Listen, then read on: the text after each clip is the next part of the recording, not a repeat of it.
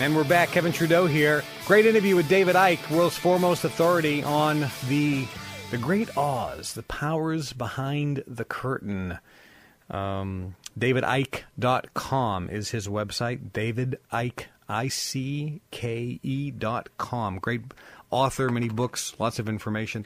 David, in our last segment here, what's going to happen to the American dollar? What's going to happen to the American economy and the lifestyle of the average guy? Is he still going to have food, water, a job, income? Is he still going to be able to watch TV? What's going to happen over the next few years? Well, as I said earlier, we're coming into the eye of the storm. In fact, we're in it. It's just a matter of degree. And all these areas that they want to create global problems for, to offer the solutions, are all coming together at once. This is all written down in their documents, that basically they were going to throw everything at humanity at one point. So humanity was in such distress, such fear, such desperation, that they would just agree to anything, which will be the structure that I'm talking about, and control and microchipping and all the rest of it. And compulsory vaccinations, by the way, are part of that agenda.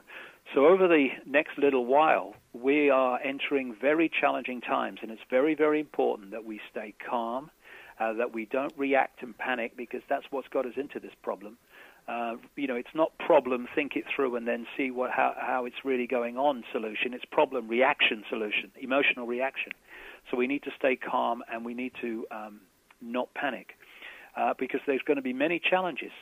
First of all, they're going to want to bring in compulsory vaccinations because of the information that's circulating about this vaccination scam. Large numbers of people are actually not going to accept the vaccination, and they want to try and get compulsion through to get those people. We must not allow that to happen. We must resist and come together and work together to resist that happening.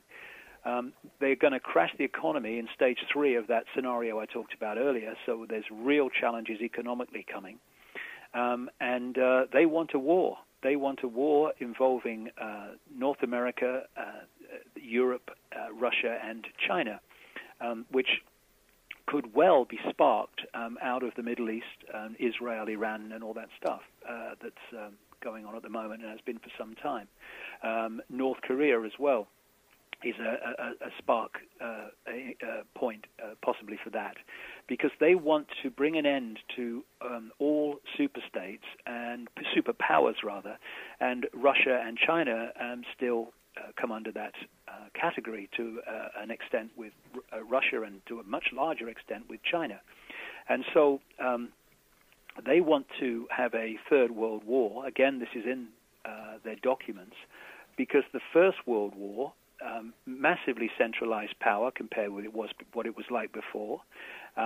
They then had the Second World War, after which power was incredibly more centralized than it was at the turn of the century, and you had a justification for the World Bank, the International Monetary Fund, or the Bretton Woods Agreement and stuff like that, the introduction of the United Nations. And the plan has always been for a Third World War that would create a situation where, to stop this ever happening again, we must have a world government and we must have a world army. We must bring an end to national armies, because if we do, this catastrophe will never happen again. Problem, reaction, solution. It's a mind game. It's all a mind game.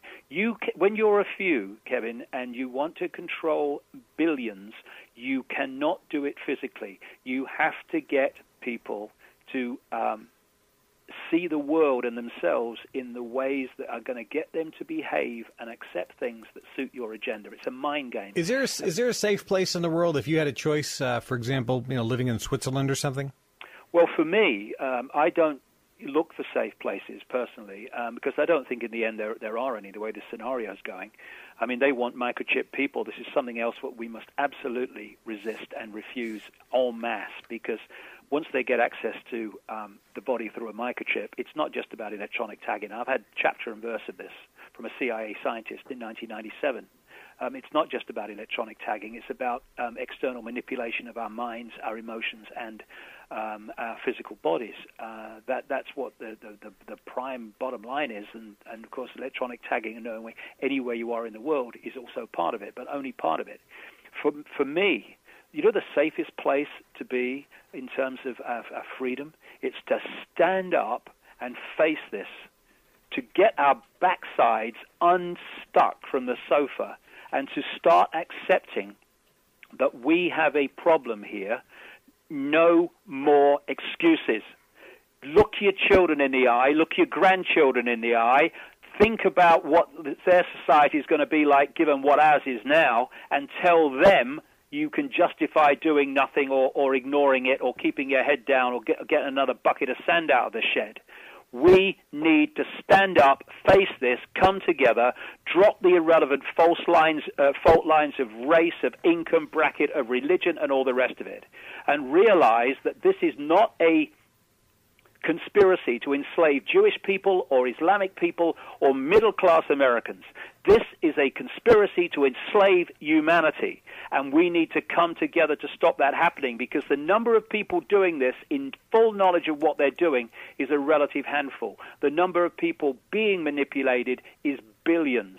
I see a way out of this, but only if the billions get their eyes open, get on their feet, get involved, and stop fighting among themselves. Then this must come to an end. If it doesn't, then it won't, and we'll live in a fascist dictatorship, a global version of Nazi Germany, and then some, within a few years from now. Well, I think the good news, stop me if I'm wrong, but throughout history, every dictatorship, every fascist regime, every totalitarian government has all been overthrown by the people when they finally got fed up. Yeah, the difference is that they have played a different kind of fascism. They've not done it, it will come to that, but they've played it as a benign democracy, a free world. Right. Well, that's how we're going to get into it, but I think once people start seeing what it is... Yeah, and that's why I said earlier, Kevin, that we're now in this point where it is being seen. And that is a challenge, because it shows how far along the road it is, but it's also a very good thing on another level, because people now can see it. It's not some theory. Right. It's not sometime never. They can see it. So now comes the question. You can see it. No more excuses. Look at it. Exactly. What are you going to do about it? David, listen, I got to take a break. Thank you so much for being my guest. You're absolutely brilliant. And folks, davidicke.com is the website. davidicke.com. This is Kevin Trudeau. You're listening to KTRadioNetwork.com. We'll be right back after these short messages.